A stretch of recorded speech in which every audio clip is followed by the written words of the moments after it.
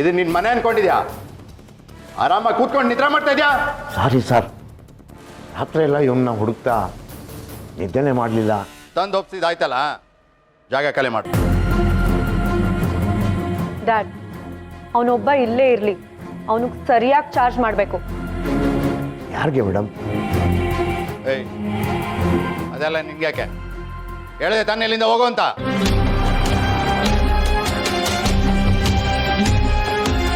Hello, ಒಂದು ನಿಮಿಷ. ಹೋಗ್ಬೇಕಾದ್ರೆ ಸಲ್ಯೂಟ್ ಹೊಡಿಬೇಕು ಅಂತ ಎಷ್ಟು ಸಲ ಹೇಳ್ಬೇಕು ನಿಂಗೆ?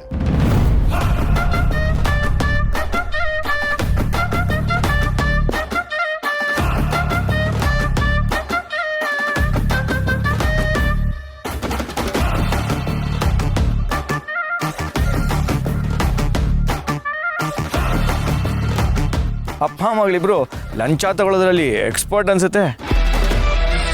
ಲಂಚ ತಗೊಳ್ಳೋ SI ನಾಗರಾಜ್ ಮಗಳಿಗೆ ಎಷ್ಟು ದಿಮಾಕಿರ್ಬೇಕಾದ್ರೆ ಸಿನ್ಸಿಯರ್ ಹೆಡ್ ಕಾನ್ಸ್ಟೇಬಲ್ ಜೈರಾಮ್ ಅವ್ರ ಮಗ ನನಗೆ ಎಷ್ಟಿರಬೇಕು?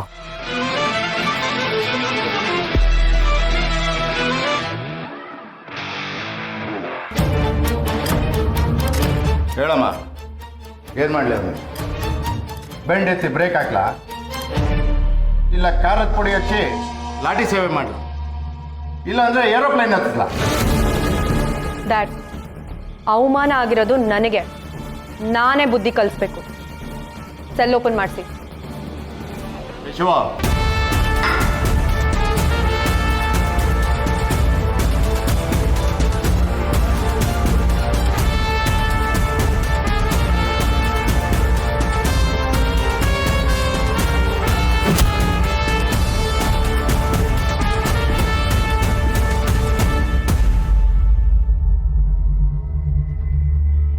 ಓ, ಇವಳೇನಾ ನನ್ನ ಅರೆಸ್ಟ್ ಮಾಡಿಸಿರೋದು?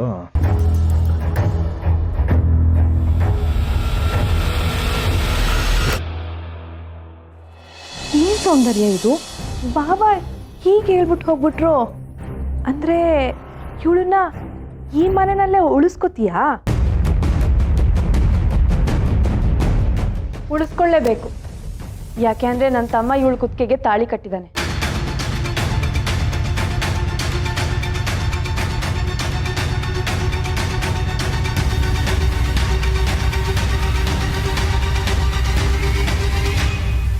ಮಾವ ಹೇಳಿದ ತಕ್ಷಣ ನಾನು ನಿಂಗೆ ಈ ಮನೇಲಿರೋದಕ್ಕೆ ಜಾಗ ಕೊಡ್ತೀನಿ ಅಂತ ನೀನ್ ಅನ್ಕೊಂಡಿದ್ರೆ ಅದು ನಿನ್ನ ಭ್ರಮೆ.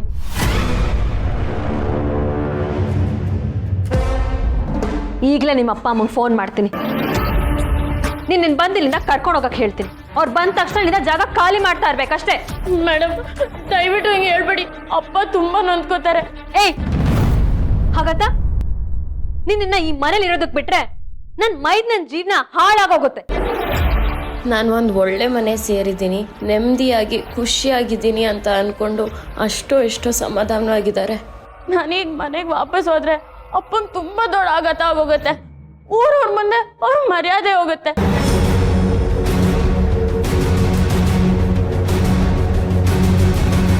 ಜೀವ ಹೋದ್ರೂ ಪರವಾಗಿಲ್ಲ, ಅಪ್ಪ ಅಮ್ಮನ ಮರ್ಯಾದೆ ಹೋಗ್ಬಾರ್ದು. Please madam. ಮುಟ್ಟಬೇಡ. ನಾನು ಯಾವುದೇ ಕಾರಣಕ್ಕೂ ಇಲ್ಲಿಂದ ಹೋಗೋಕ್ಕಾಗಲ್ಲ. ಇಲ್ಲೇ ನಂಗೆ ಎಲ್ಲಾದ್ರೂ ಜಾಗ ಕೊಟ್ಬಿಡಿ, ನಾನೇ ಹೇಳ್ದಂಗೆ ಕೇಳ್ಕೊಂಡಿರ್ತೀನಿ.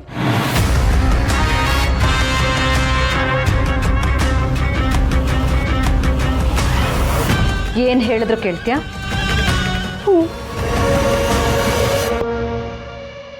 ಅಣ್ಣ, ಏನು ಸೌಂದರ್ಯ? ನಮ್ಮ ಮನೇಲಿರೋ ಎಲ್ಲ ಕೆಲಸದವ್ರನ್ನು ಕರ್ಸಿ. ಸರಿ.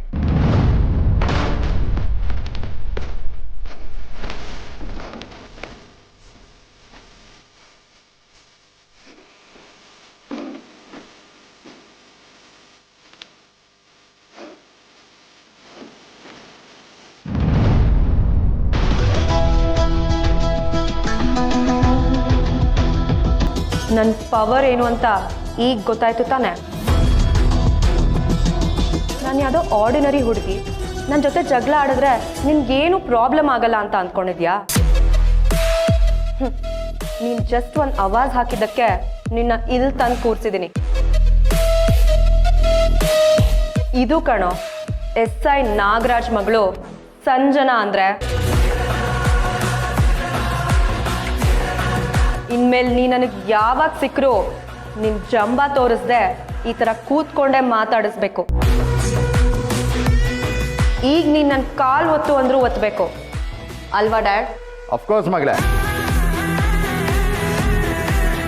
ನಮ್ಮಪ್ಪ ನನ್ನ ಕೈ ಲಾಠಿ ಕೊಟ್ಟು ಫುಲ್ ರೈಟ್ಸ್ ಕೊಟ್ಟಿದ್ದಾರೆ. ನಾನು ನಿನಗೆ ಏನು ಬೇಕಾದರೂ ಮಾಡ್ಬೋದು, ಹೊಡಿಬೋದು, ಬಡಿಬೋದು, ಯಾರು ಕೇಳೋರಿಲ್ಲ. ನನ್ನ ಪವರ್ ಏನು ಅಂತ ನಿನಗೆ ತೋರಿಸ್ಬೇಕಿತ್ತು. ನೀನು ಮಾತಾಡಿದ 24 ಗಂಟೆ ಒಳಗಡೆ ನಿನ್ನ ತಂದಿಲ್ಲಿ ಕೂರಿಸಿದ್ದೀನಿ. ಇನ್ಮೇಲಾದರೂ ನಿನ್ನ ದಿಮಾಕು ಕೊಬ್ಬು ಬಿಟ್ಟು ಬದುಕೋದನ್ನು ನೋಡು. ಹೋಗ್ಲಿ ಪಾಪ ಅಂತ ನಿನಗೆ ಜೀವದಾನ ಮಾಡ್ತಾ ಇದ್ದೀನಿ. ಇನ್ಮೇಲೆ ಯಾವತ್ತೂ ನನ್ನ ಕಣ್ಮುಂದೆ ಕಾಣಿಸ್ಕೋಬೇಡ.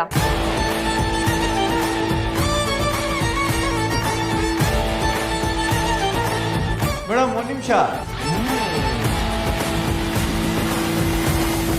ಹೋಗಿ ಅವ್ರ ಸಾಲಲ್ಲಿ ನಿಂತ್ಕೊ.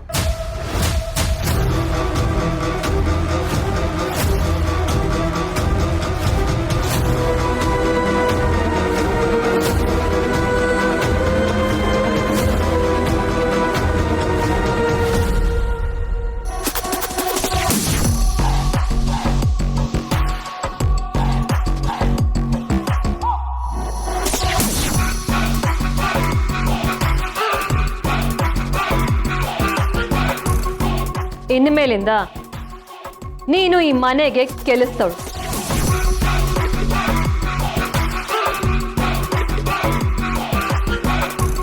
ಇದ್ಯಾಕೋ ಅತಿ ಆಯ್ತು. ಯಾವುದು ತಪ್ಪು ಯಾವುದು ಸರಿ ಅಂತ ನನಗೆ ಚೆನ್ನಾಗಿ ಗೊತ್ತು.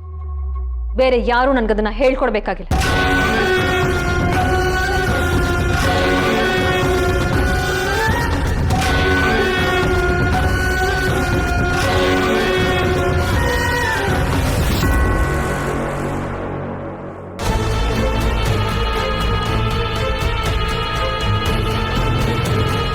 ಜಾಜಿ, ನೀನು ಈ ಮನೇಲಿ ಏನು ಕೆಲಸದವಳು ಮೇಡಮ್.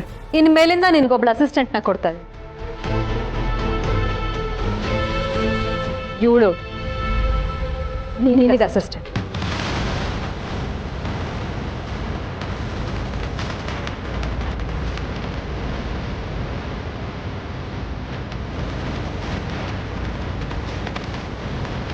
ಇನ್ನು ಮೇಲಿಂದ ಇವಳು ಈ ಮನೇಲಿ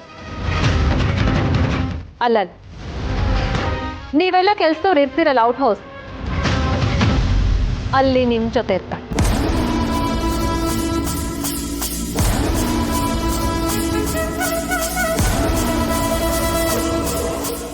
ಯಾವುದೇ ಕಾರಣಕ್ಕೂ ನೀನು ಮೇನ್ ಡೋರಿಂದ ಬರಬಾರ್ದು, ಬ್ಯಾಕ್ ಡೋರಿಂದ ಬರಬೇಕು. ಜಾಜಿ ಹೇಗೆ ನಾನು ಹೇಳಿದ ಕೆಲಸ ಎಲ್ಲ ಮಾಡ್ತಾಳೋ ಹಾಗೆ ನೀನು ಈ ಜಾಜಿ ಹೇಳಿದ ಕೆಲಸ ಎಲ್ಲ ಮಾಡಬೇಕು. ಅವಳು ಕಾಲು ಒತ್ತು ಅಂದ್ರೆ ಒತ್ತಬೇಕು, ಇಲ್ಲ ಅಂದ್ರೆ ಆವತ್ತೇ ನೀನು ಈ ಮನೆಯಿಂದ ಕಿಕ್ ಔಟ್.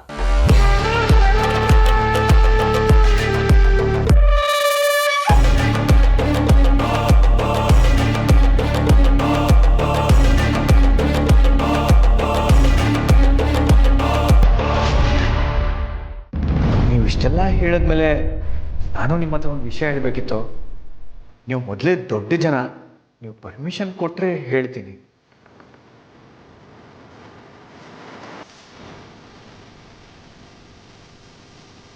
ಹೇಳು. ಅಯ್ಯೋ, ಇದು ಎಲ್ಲರ ಮುಂದೆ ಹೇಳೋ ವಿಷಯ ಅಲ್ಲ, ಇಂಪಾರ್ಟೆಂಟ್ ವಿಷಯ.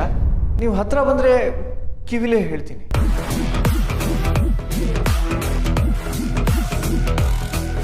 ಏನದು? ಅದು ನಾನು ನಿಮ್ಮ ಹತ್ರ ಹೇಳಬೇಕಾಗಿರೋ ಮುಖ್ಯವಾದ ವಿಷಯ. ಸರಿಯಾಗಿ ಕೇಳಿಸ್ಕೊಳ್ಳಿ. I love you.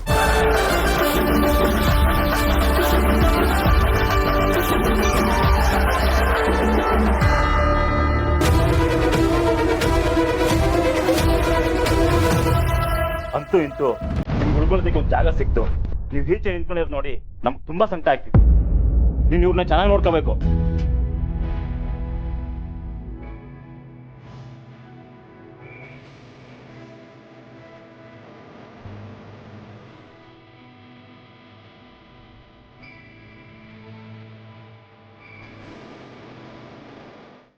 ಇದು ಕೆಲಸದವ್ರಿಗೆ ಅಂತ ಕೊಟ್ಟಿರೋ ಜಾಗ ನಿಮ್ಗೆ ಅಡ್ಜಸ್ಟ್ ಆಗುತ್ತೋ ಇಲ್ವೋ ಗೊತ್ತಿಲ್ಲ. ಅಯ್ಯೋ ತಲೆನೇ ಕೆಡ್ಸ್ಕೋಬೇಡಿ. ನಾವೊಂಥರ ನೀರಿದ್ದಂಗೆ, ಬಾಟ್ಲಿಗೆ ಹಾಕಿದ್ರೆ ಬಾಟ್ಲಿ ಸೇಫ್ ತಗೋತೀನಿ, ಪಾತ್ರೆಗೆ ಹಾಕಿದ್ರೆ ಪಾತ್ರೆ ಸೇಫ್ ತಗೋತೀನಿ, ಎಲ್ಲಾದ್ರೂ ಅಡ್ಜಸ್ಟ್ ಆಗೋಗ್ತೀನಿ. ಆದರೂ ತುಂಬ ಚಿಕ್ಕದಿದೆ. ಪರವಾಗಿಲ್ಲ ಬಿಡಿ, ನಂಗೆ ಇಲ್ಲೇ ಎಲ್ಲಾದ್ರೂ ಮಲ್ಗಕ್ ಜಾಗ ಸಿಕ್ತ್ರೆ ಸಾಕು. ನಮ್ಮ ಅಪ್ಪನ ಮನೆಗೆ ಕಳಿಸ್ದೆ ಇಲ್ಲೇ ಇರಕ್ ಅವಕಾಶ ಕೊಟ್ರಲ್ವಾ, ಅದೇ ದೊಡ್ಡದು. ಪಾಪ ಮಾವನವರು ನನ್ನನ್ನು ಹುಡ್ಕೊಂಡು ಬಂದು ನನಗೋಸ್ಕರ ಇಷ್ಟೆಲ್ಲ ಮಾಡಿದ್ದಾರೆ. ಸೌಂದರ್ಯ ಮೇಡಮು ಅಷ್ಟೇ, ನನ್ನ ಮೇಲೆ ಕೋಪ ಇರ್ಬೋದು, ಆದ್ರೆ ನನ್ಗೆ ಉಳ್ಕೊಳಕ್ ಜಾಗ ಕೊಟ್ಟಿದ್ದಾರೆ. ಟೈಮ್ ಆಯ್ತು, ಹೊರಡಿ ಹೊರಡಿ, ಬೇಗ ಬೇಗ ಹೊರಡಿ.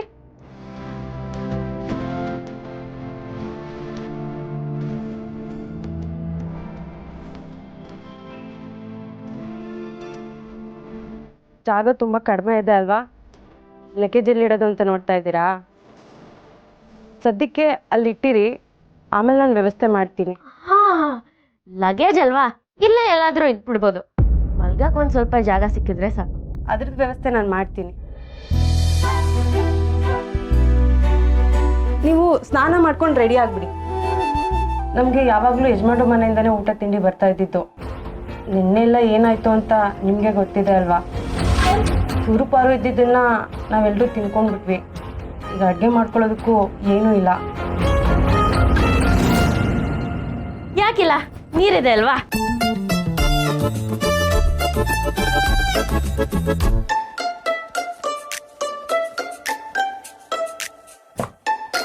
ಅಬ್ಬಾ, ನೀವು ಸ್ನಾನ ಮಾಡ್ಕೊಂಡು ಬೇಗ ರೆಡಿ ಆಗ್ಬಿಡಿ. ಕೆಲಸದವರೆಲ್ಲ ಶಾರ್ಪ್ 7 ಗಂಟೆಗೆ ಅಲ್ಲಿ ಇರಬೇಕು. ಹಾ ಮೇಡಮ್, ಸಾರಿ ಮೇಡಮ್, ನಿಮ್ಮನ್ನು ಕೆಲಸದವರು ಅಂತ ಅಂದ್ಬಿಟ್ಟೆ. ಅಯ್ಯೋ, ಅದಕ್ಕೆ ಯಾಕೆ ಸಾರಿ ಕೇಳ್ತಿದ್ದೀರಾ? ನಾನು ಈಗ ಕೆಲ್ಸದೊಳ್ಳೆ ತಾನೆ, ನಂಗೇನ್ ಬೇಜಾರಿಲ್ಲ. ನಾನು ಹೋಗಿ ರೆಡಿ ಆಗ್ಬಿಡ್ತೀನಿ.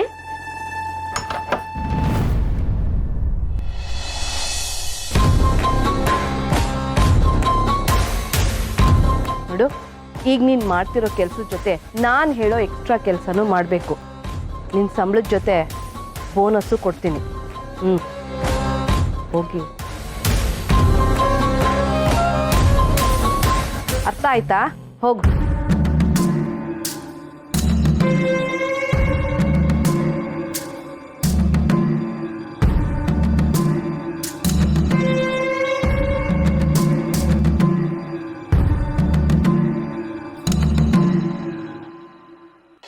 ನೋಡಿ ಸರ್, 6,000 ಕೊಡಿ ಸರ್.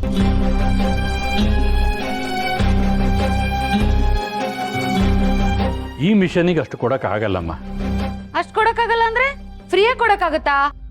ಫ್ರೀಯಾಗಿ ನಾನು ಕೇಳ್ತಾ ಇಲ್ಲಮ್ಮ, ಕೊಡೋದು ಅಂದ್ರೆ ರೇಟ್ ಹೇಳಿ. ಇನ್ನೂ ಕಮ್ಮಿ ಅಂದ್ರೆ 1,000 ಕಮ್ಮಿ ಮಾಡ್ತೀನಿ, 5,000 ಕೊಟ್ಬಿಡಿ. ಇನ್ನು ಎಷ್ಟು ವರ್ಷ ಕೆಲಸ ಮಾಡುತ್ತೆ ಗೊತ್ತಾ ಸರ್ ಈ ಮಿಷನ್ನು? ಆದರೂ ಜಾಸ್ತಿ ಆಯ್ತಮ್ಮ, ಇದೊಂದು ಸ್ವಲ್ಪ ಕಡಿಮೆ ಮಾಡೋಕ್ಕಾಗುತ್ತಾ ನೋಡಿ.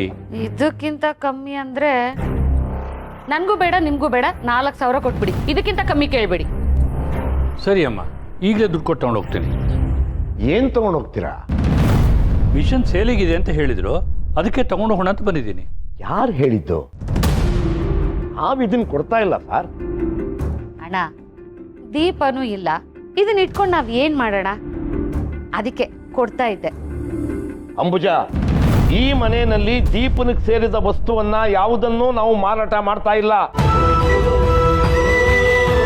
ಅಥವಾ ಯಾರಿಗೂ ಕೊಡ್ತಾ ಇಲ್ಲ. ಅದು ಇಲ್ಲೇ ಇರುತ್ತೆ. ಸರ್, ನೀವಿನ್ನು ಹೊರಡ್ಬೋದು. ವ್ಯಾಪಾರ ಆದಮೇಲೆ ಕೊಡೋದಿಲ್ಲ ಅಂದ್ರೆ ಏನು ಲೆಕ್ಕ? ಗಾಡಿನೂ ತಂದಿದ್ದೀನಿ ಇದನ್ನು ತಗೊಂಡು ಹೋಗೋದಕ್ಕೆ. ಸರ್, ಕ್ಷಮಿಸಿ, ನನ್ನ ಗಮನಕ್ಕೆ ಬರದೇ ಇದೆಲ್ಲ ಆಗೋಗಿದೆ. ಇದನ್ನ ನಾವು ಕೊಡ್ತಾ ಇಲ್ಲ. ಇದು ಇಲ್ಲೇ ಇರುತ್ತೆ, ನೀವಿನ್ನು ಹೊರಡ್ಬೋದು. ಏನಮ್ಮ, ನೀವೊಂದು ಹೇಳ್ತೀರಾ, ಇವರು ಒಂದು ಹೇಳ್ತಾರೆ. ಮೊದಲು ಮನೆಯವ್ರು ಕೂತ್ಕೊಂಡು ಮಾತಾಡಿ, ಸುಮ್ಮನೆ ನನ್ನ ಟೈಮ್ ವೇಸ್ಟ್ ಮಾಡ್ತೀರಾ.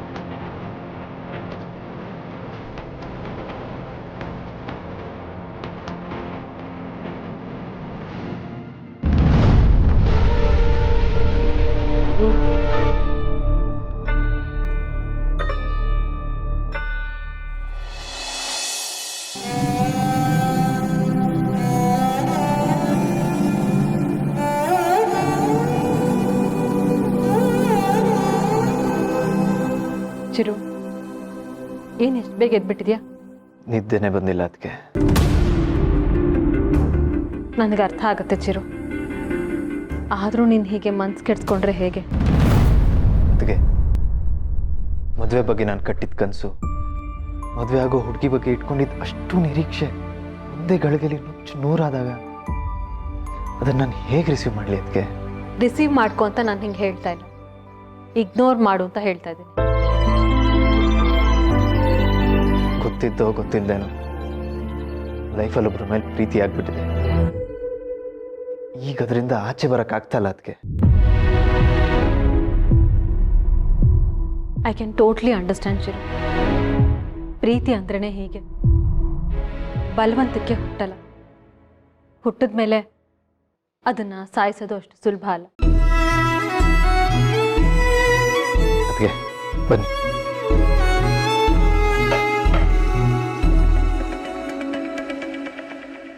ಅದಕ್ಕೆ ನೀವೊಬ್ಬರೇ ನಾನು ಅರ್ಥ ಮಾಡ್ಕೊಳಕ್ಕೆ ಸಾಧ್ಯ. ಇಷ್ಟೊತ್ತು ಅಚ್ಚನು ಬಂದು ಬೈದ್ಬಿಟ್ಟು ಹೋದ್ಲು. ಫ್ಯಾಮಿಲಿ ವ್ಯಾಲ್ಯೂಸ್ ಇರೋ ನೀನು ಕಟ್ಕೊಂಡು ಹೆಂಡತಿಗೆ ಹೇಗೆ ಈ ಥರ ಮಾಡ್ತೀಯಾ ಅಂತ ಪ್ರಶ್ನೆ ಮಾಡಿದ್ಲು.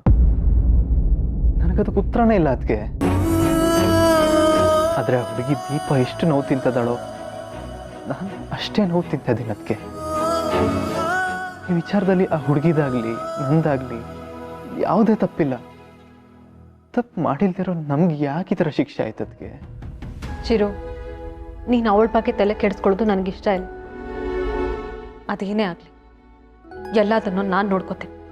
ಇನ್ನು ಮುಂದೆ ಅವರು ನಮ್ಮನೇಲೇ ಇರ್ತಾರ? ನಮ್ಮನೇಲಿ ಕೆಲಸದವ್ರ ಜೊತೆ ಔಟ್ ಹೌಸಲ್ಲಿ ಇರ್ತಾಳೆ.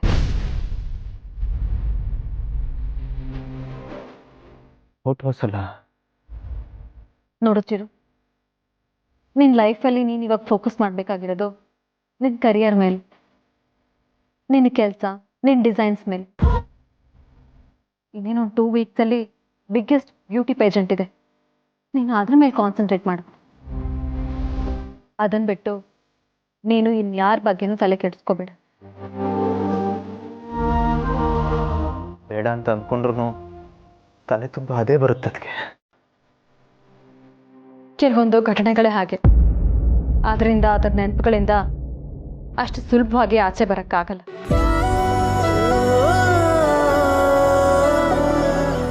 ಆದರೆ ಪ್ರತಿ ಸಲ ಅದನ್ನು ನೆನೆಸ್ಕೊಂಡು ಕುಗ್ಗೋದ್ರ ಬದಲು ಇದೆಲ್ಲ ಜೀವನದ ಪಾಠ ಅಂತ ತಿಳ್ಕೊ. ನಿನ್ನ ಡಿಸ್ಟರ್ಬ್ ಮಾಡೋ ಯಾವುದೋ ವಸ್ತು ಆಗಿರ್ಬೋದು, ಯಾವುದೇ ವ್ಯಕ್ತಿ ಆಗಿರ್ಬೋದು, ನಿನ್ನ ಕಣ್ಣು ಮುಂದೆ ಸುಳಿದೇ ಇರೋ ಹಾಗೆ ನೋಡು. ಈ ಸಮಸ್ಯೆ ಆಗಿರೋದು ನನ್ನಿಂದ, ನಾನೇ ಬಗೆಹರಿಸ್ತೀನಿ.